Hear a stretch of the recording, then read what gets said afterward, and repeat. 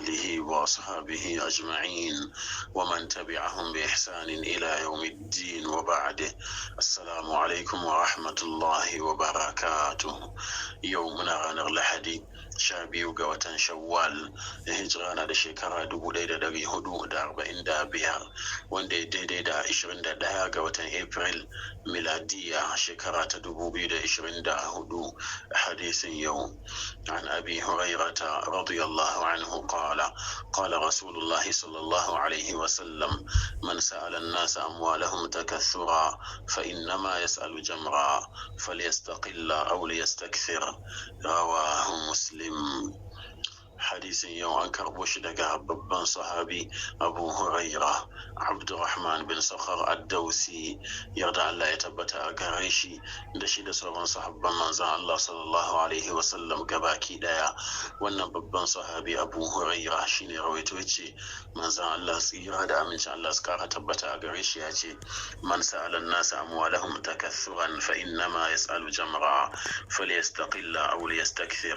duk wanda yake roƙon mutane dukiyoyinsu domin kawai ya tara, to lallai tabbata wannan yana roƙon ainihin garwa shine, don haka koye kaɗan koye da yawa. ma'anar hadisin kenan a takaice Allah subhanahu wa ta'ala ya fahimtar da mu kenan wa cikin wannan hadisi manzon Allah sallallahu alaihi wasallam yana tabbatar mana cewa duka ainihin wanda yake roƙon mutane, mana ya mai da roƙo da barace matsayin ainihin sana'a domin kawai ya tara ba dan wa iya shirya da ainihin cikin wani tsanani ba, to lallai tabbata wannan ainihin yana roƙon ainihin garwa shine, ma'ana ko ya kaɗan ko kuma ainihin ya da yawa. Allah subhanahu wa ta'ala ya tsare mu. wannan kenan Allah subhanahu wa ta'ala ya fahimtar da mu.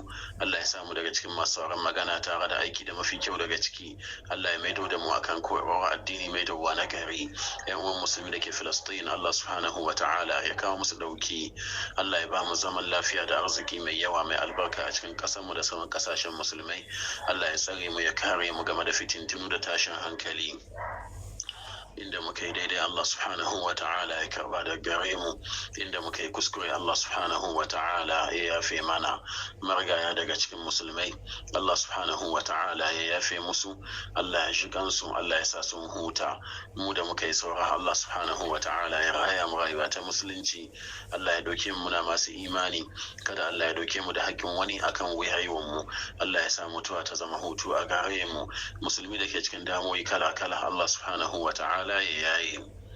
Allah ya tabbatar da mu akan sunnar manzon Allah sallallahu alaihi wasallam. Allah ya mana tsari da kariya game da bid'a da sakin hanya. Allah subhanahu wa ta'ala nake roƙo ya biya mana dukkanin bukatunmu duniya da lahira a cikin sauki. سبحانك اللهم وبحمدك أشهد أن لا إله إلا أنت أستغفرك وأتوب إليك.